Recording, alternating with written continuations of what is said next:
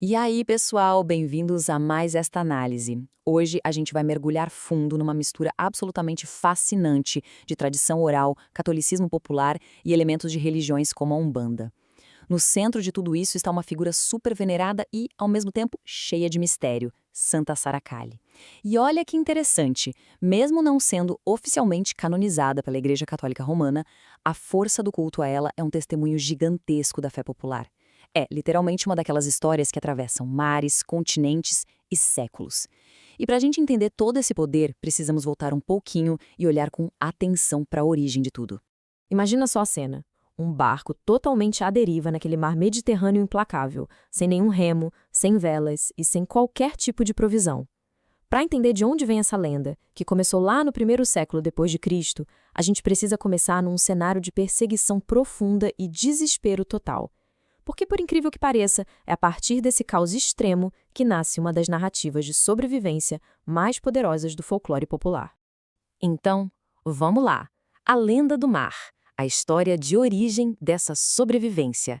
A tradição oral conta que Sara era uma serva egípcia de pele escura que trabalhava para as famosas Três Marias, Maria Madalena, Maria Salomé e Maria Jacobina. Depois da crucificação e ressurreição de Cristo, rolou uma perseguição muito intensa na Palestina, forçando a fuga de todo esse pessoal.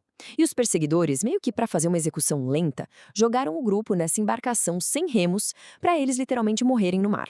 Mas aí, no meio de umas ondas gigantescas, com a morte batendo na porta, eles fizeram uma oração desesperada. E contra toda e qualquer lógica, o milagre aconteceu. As águas simplesmente se acalmaram e eles conseguiram chegar a salvo na costa sul da França, bem na região da Camargoja, onde hoje fica a cidade de Saintes-Maries de la Mer. E no meio daquela tempestade toda, no momento de muito fervor, a lenda diz que a Sara tirou o lenço que usava na cabeça e colocou sobre os olhos, só para não ver aquelas ondas mortais.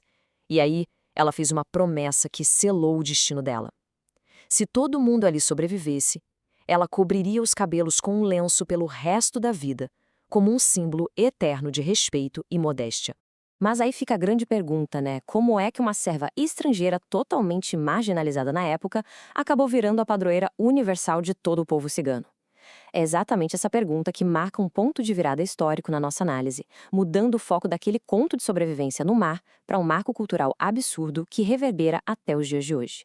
O que nos leva para a próxima parte, a conexão cigana, encontrando um lar entre os nômades. Olha só que interessante o que aconteceu depois que eles pisaram em terra firme. Os caminhos meio que se separaram. Enquanto as companheiras da Sara, as Marias, seguiram pela Europa na missão de espalhar o cristianismo, a história da Sara tomou outro rumo. Ela decidiu continuar na região da França. Só que ela não ficou sozinha, não. Ela criou um vínculo super profundo com as populações locais e foi abraçada de cara pelos povos nômades ali da área, que a gente conhece como Rom. E por que essa conexão foi tão forte? Bom, basicamente pela experiência compartilhada de exclusão. Sabe, sendo uma serva estrangeira, a Sara entendia perfeitamente o que era ser marginalizada. Isso fez com que ela se identificasse demais com as lutas e o preconceito que os ciganos passavam todo dia. Vivendo com eles, ela começou a ajudar muito, dando conforto físico, mas também muito amparo espiritual, compartilhando os ensinamentos que ela tinha sobre o amor de Cristo. E foi justamente essa postura acolhedora que a transformou no que ela é hoje, um símbolo supremo de esperança, de resistência inabalável e de muita fé para essa comunidade. Agora, vamos entender um pouco mais sobre esse nome. O significado de Kali, desvendando o nome. Esse termo Kali é praticamente uma ponte histórica. Tanto no sânscrito antigo quanto nos dialetos da língua romana e de hoje, a palavra significa literalmente negra ou escura. É incrível pensar como uma única palavra acaba sendo a peça do quebra-cabeça que liga uma peregrinação católica, lá no sul da França, diretamente às raízes ancestrais da diáspora cigana. E aqui, a gente tem duas interpretações super interessantes se cruzando. De um lado, o sentido bem literal, fazendo uma referência direta à cor da pele da Sara e à origem egípcia dela, mas de outro rola um sincretismo muito profundo.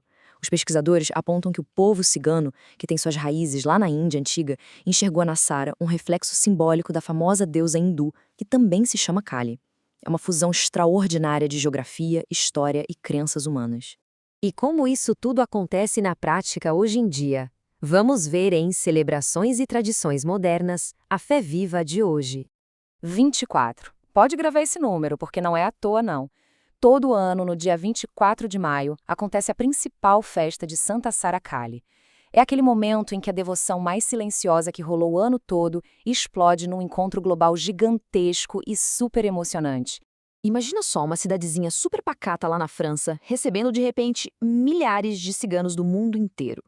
A estátua da Santa Sara, que normalmente fica lá bem guardadinha na cripta da igreja, é retirada num clima de muita alegria. E o ponto alto dessa festa toda é quando os devotos colocam a imagem nos ombros e vão numa procissão vibrante, levando a estátua direto para dentro das águas do mar. É, com certeza, uma recriação super poderosa daquela chegada milagrosa. O que nos traz a uma das partes mais bonitas disso tudo, a famosa tradição do diclo. A maior prova de respeito e fé dos devotos é oferecer lenços incrivelmente coloridos à estátua dela. E olha como as coisas se conectam. Essa prática moderna é um eco direto daquela promessa antiga feita lá no mar Mediterrâneo séculos atrás, de cobrir os cabelos como sinal de respeito durante a tempestade. Porque não é só um pedaço de pano, né? Cada lenço amarrado ali carrega uma emoção crua. Mulheres que querem muito engravidar, pessoas com a esperança de arrumar um casamento seguro, ou gente simplesmente pedindo saúde e proteção. Cada um desses tecidos coloridos representa uma oração muito íntima, ou um agradecimento imenso de alguém que vê na Santa Sara uma verdadeira figura materna e protetora. E para fechar nossa análise de hoje, eu deixo essa reflexão poderosa. Como é que uma comunidade que sempre foi tão excluída conseguiu manter a sua chama de esperança acesa por tantos séculos, usando apenas a força da tradição oral? A devoção a Santa Sara Kali vai muito além de uma lenda marinha.